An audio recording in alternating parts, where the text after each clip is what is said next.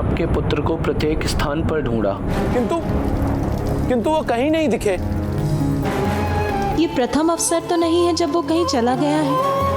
उसे उचित प्रकार से हम सब मिलकर ढूंढ ही लेते हैं। नंदी, शीघ्रता करो, वैकुंठ जाओ, कोई ब्रह्मलोक में जाकर देखो। संभव है वहीं गया हो। जी माता।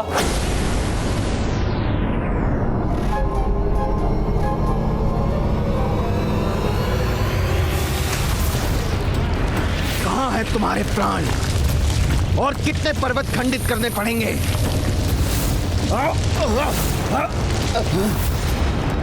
एक एक पर्वत को ध्वंस करने में बहुत समय निकल जाएगा। हमें ये सभी एक ही बार में ध्वस्त करने होंगे, क्योंकि भोर होने पर तो पिताश्री मेरे प्राण अपने समय बुला लेते हैं। और यदि वैसा हो गया तो मेरे प्राण हरने के लिए क्या करेंगे आप? महादेव से कैसे लेंगे उन्हें? उचित कहा ना?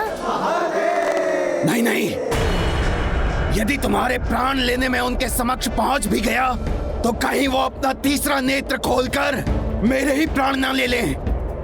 तुम्हारा सुझाव उचित है, एक ही बार में सब नष्ट भ्रष्ट कर दूंगा। अपने हाथों से लूंगा तुम्हारे प्राण।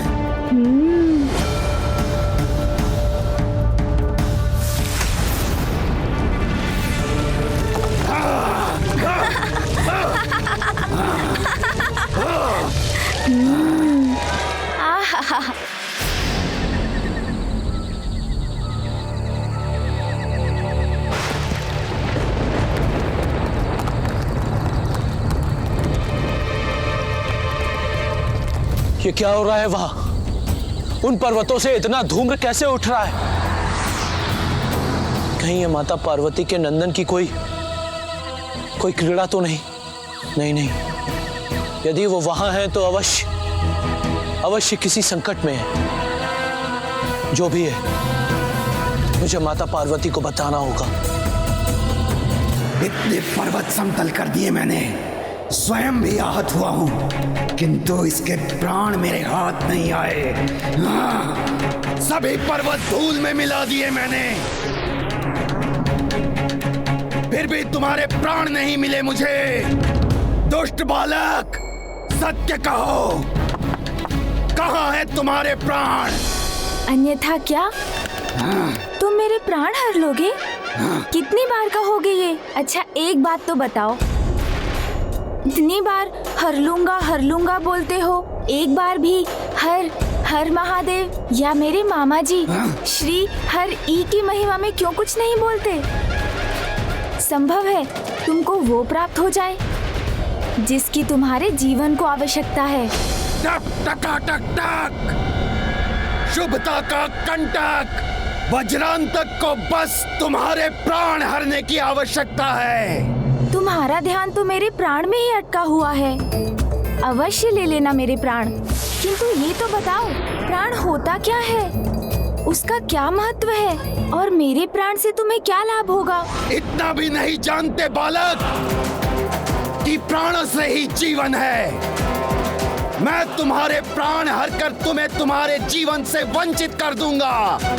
ओह, आप समझ आया मुझसे कहाँ भूल हुई? भूल? कैसी भूल?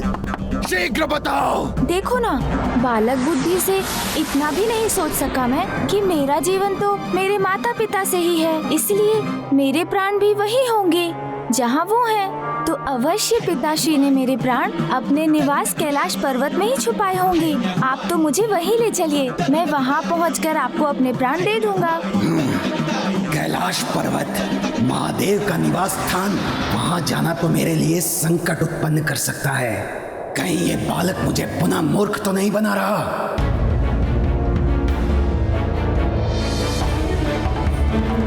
ये बालक तो मुझसे परिहास कर रहा है। प्राण ढूंढने में इसकी कोई योजना नहीं दिख रही मुझे।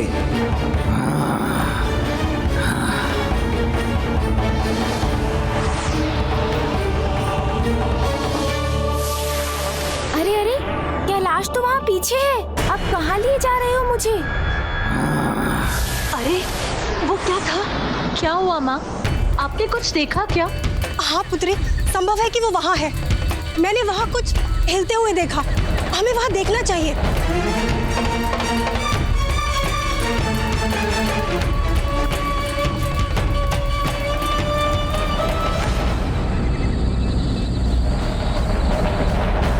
अरे अरे, ये हम किस दिशा में जा रहे हैं? पीछे मुड़ो। अरे कहाँ जा रहे हो तुम? रुको। बहुत दुष्ट है ये बालक। टक टका टक टक बार बार अपनी बातों के जाल में उलझाकर भटका देता है मुझे, किंतु इस बार इसकी बातों में नहीं आऊंगा मैं। नीचे उतरो दुष्ट बालक। अरे तुम क्या कर रहे हो?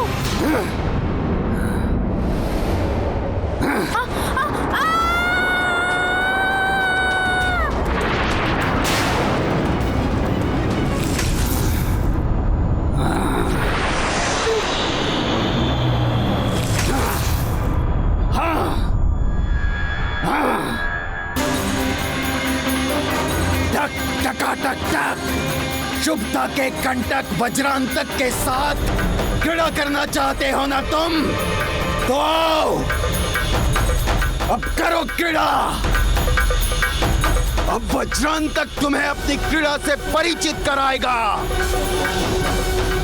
अभी ज्ञात हो जाएगा कहाँ है तुम्हारे प्राण। मुझे इससे बचने के लिए कुछ और करना होगा, अन्यथा ये वास्तव में मेरे प्राण हर लेगा।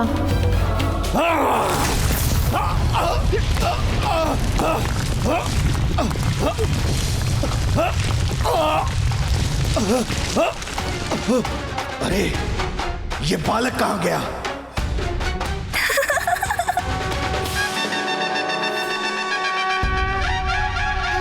दोस्त, तुम वहाँ हो? हाँ, मैं तो यही हूँ। देखो, तुम्हारी क्रीड़ा बड़ी आनंददायक थी, किंतु विजयी तो मैं ही हुआ।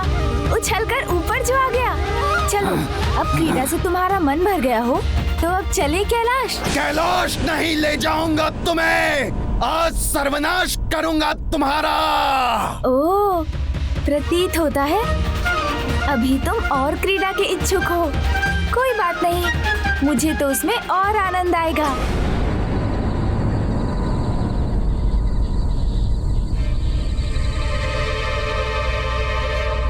क्रीड़ा नहीं बालक, अब पीड़ा सहने के लिए तैयार हो जाओ। तुम्हें मृत्यु प्रदान किए बिना मैं रुकने वाला नहीं हूँ।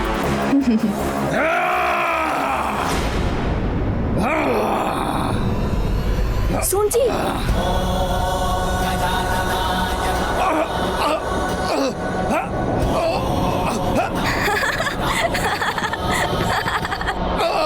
अरे ये क्या?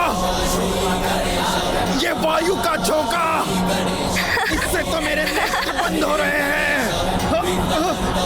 दृष्टि बाधित हो गई मेरी।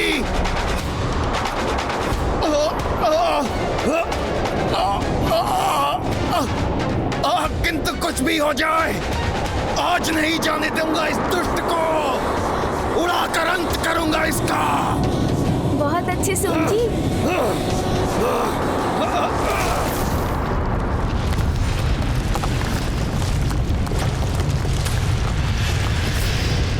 ये कैसी भयानक ध्वनि? मेरा पुत्र सुरक्षित तो है ना? मेरे को आशंकाओं से विचलित हो रही हूँ मैं। अपने पुत्र को पुनः नहीं खो सकती मैं।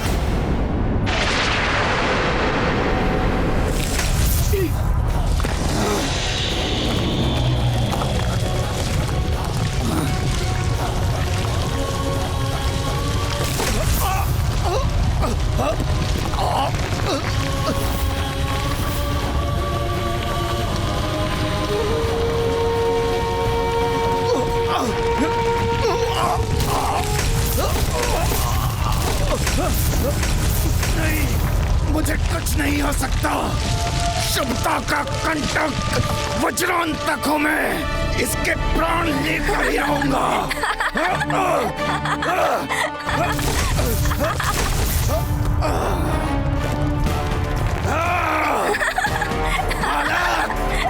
बहुत हुआ तुम्हारा छलावा। अब मैं अत्यंत ही सावधान रहकर तुम्हें पकड़कर मसल कर रख दूंगा।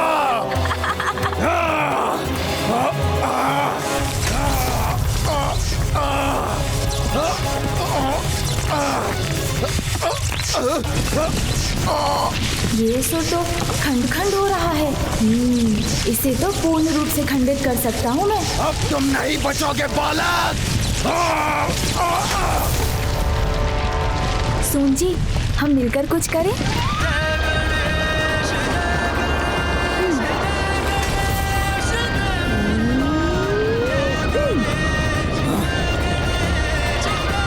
ये शिलाएं तो इसने मेरी ओर ही फेंक दी।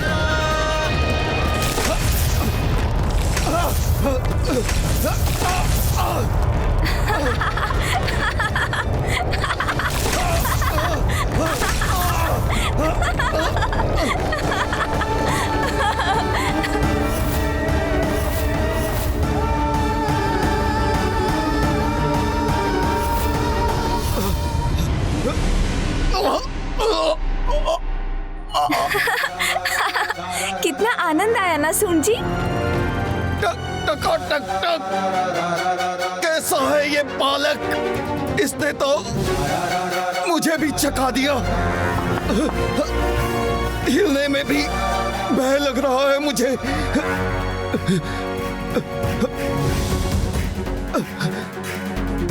हिलने से भी डर लग रहा है मुझे। यदि थोड़ा सा भी हिला तो खंडित होकर बिखर जाऊंगा। क्या हुआ असुर जी? मेरे प्राण नहीं हरेंगे क्या? उड़ेंगे भी नहीं क्या? प्रतीत होता है अब तो आपके ही प्राण पखेरु उड़ने वाले हैं।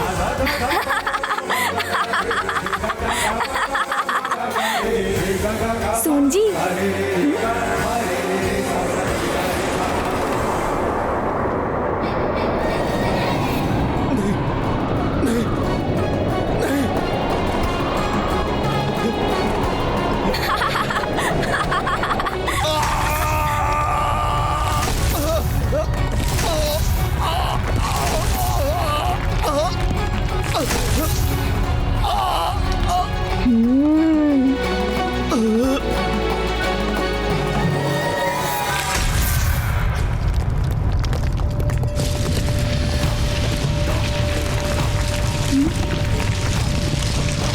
अरे ये विशाल शिला तो मेरी ओर ही आ रही है।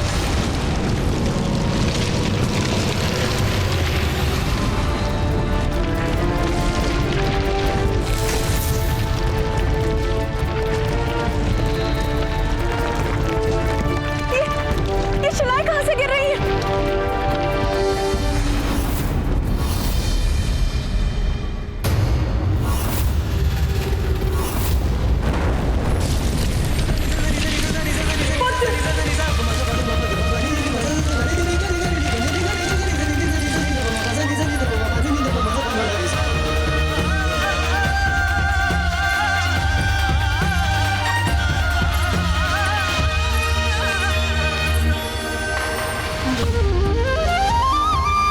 माँ आप यहाँ? और आप सभी यहाँ क्या कर रहे हैं?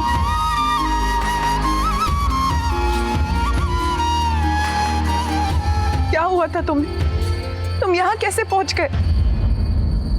मैं कुछ नहीं बोलूंगी पुत्री, किंतु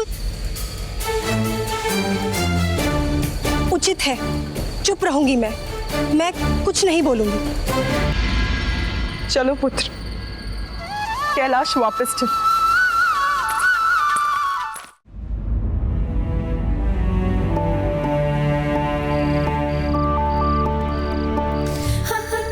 बस पुत्र, अब बहुत हुआ। अब कुछ नहीं सुनूंगी मैं। शांतिपूर्वक सो जाओ, अन्यथा मैं दंडित भी कर सकती हूँ तुम्हें। कल का दिवस अत्यंत महत्वपूर्ण है और मुझे अनेक कार्य भी करने हैं कल। क्यों माँ, ऐसा क्या होने वाला है कल? कल तुम्हारी छठी और नामकरण संस्कार की तिथि है। इतना कार्य, इतने प्रबंध, इतनी सारी व्यवस्था करनी है मुझे। मेरा नामकरण माँ? हाँ पुत्र, कल तुम्हें तुम्हारा शुभ नाम प्राप्त होगा। अब सो जाओ, विश्राम करो पुत्र। हाँ माँ।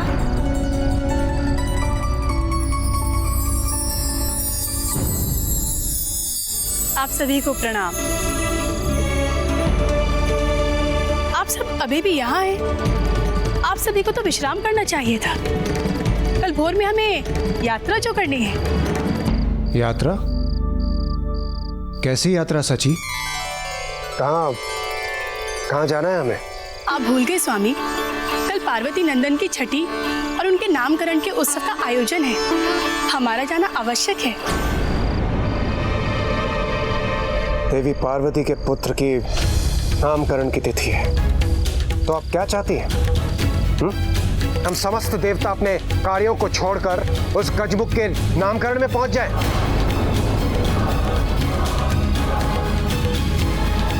नामकरण है तो होता रहे। देवराज जेंद्र वहां नहीं जाएगा।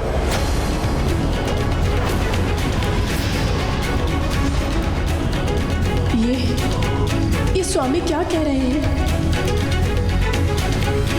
क्षमा करें देवराज, यदि कल के उत्सव में हम देवताओं ने भाग नहीं लिया तो महादेव कहीं हमसे रुष्ट ना हो जाए। स्वामी, देवादिदेव महादेव और आदिशक्ति माता पार्वती को पुत्र की प्राप्ति हुई है। उनके साथ हमारे लिए भी ये आनंद का कारण है। महादेव और माता पार्वती के आनंद में हमें भी सम्मिलित होना चाहिए, अन्यथा महादेव रुष्ट हो जाएंगे। अगर मैं नहीं गया तो रुष्ट हो जाएंगे महादेव। वो गजमुख भोलेनाथ और माता पार्वती का पुत्र है, और यही मेरी विवशता भी। इसलिए मुझे उस गजमुख के नामकरण में जाना ही होगा। इस आनंद उत्सव में भाग लेने को स्वामी अपनी विवशता क्यों बता रहे हैं? देवराज को क्या हुआ है? वो महादेव और माता पार्वती के आमंत्रण को अस्वीकार करने का विचार भी कैसे कर सकते हैं? महादेव के आमंत्रण को अपनी विवशता बताना तो विपत्ति को आमंत्रित करने के समान है। विवशता का आभास हो रहा है देवराज को कैलाश जाने में। कहीं ये किसी आगामी संकट की पूर्व सूचना तो नहीं?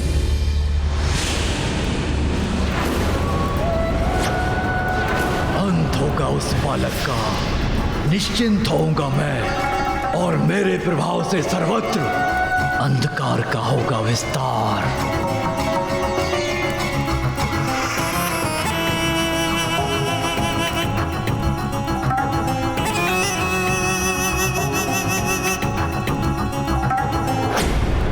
क्या समाचार लाए हो? वज्रांतक सफल हुआ ना? समाचार शुभ नहीं है। सुप्ता के कंटक वज्रांतक का अंत कर दिया उस दुष्ट बालक ने।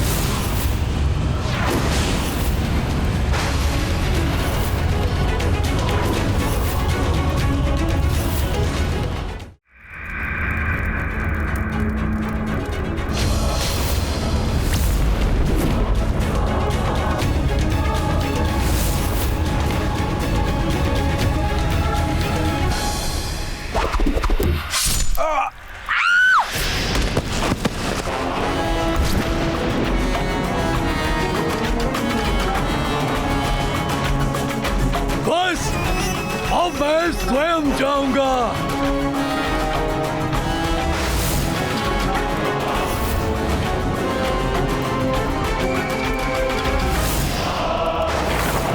जीवन अमिट है मेरा, मिटा दूंगा उन्हें जो विघ्न बनेगा मेरे जीवन का। स्वयं कैलाश जाऊंगा मैं और मसल के रख दूंगा उस बालक को, अंत कर दूंगा उसका। वज्रांतक का वध करने वाले महादेव के पुत्रगण।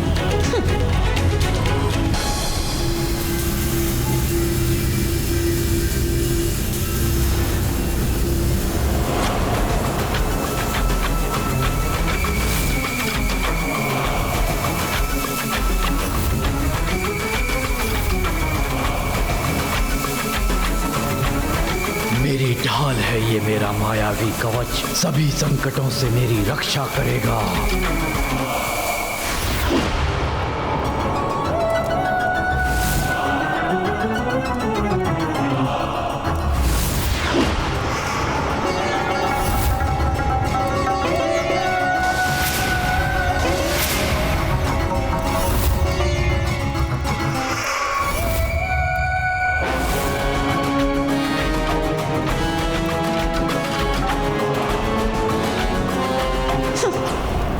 शक्तिशाली है, मायावी है सिंदूरा, किंतु इसकी मूर्खता इस मृत्यु के अंधे कुएं में ढकेलने जा रही है। कितने भी कवच धारण कर ले, कैसे भी खड़ग उठा ले, किंतु ब्रह्मदेव के वचन नहीं झुटलाए जा सकते।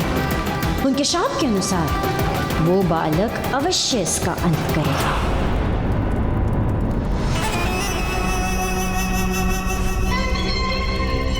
अच्छा ही है, वहां ये अपने प्राणों से मुक्त होगा और यहाँ मुक्ति मुझे मिलेगी इसके आतंक से।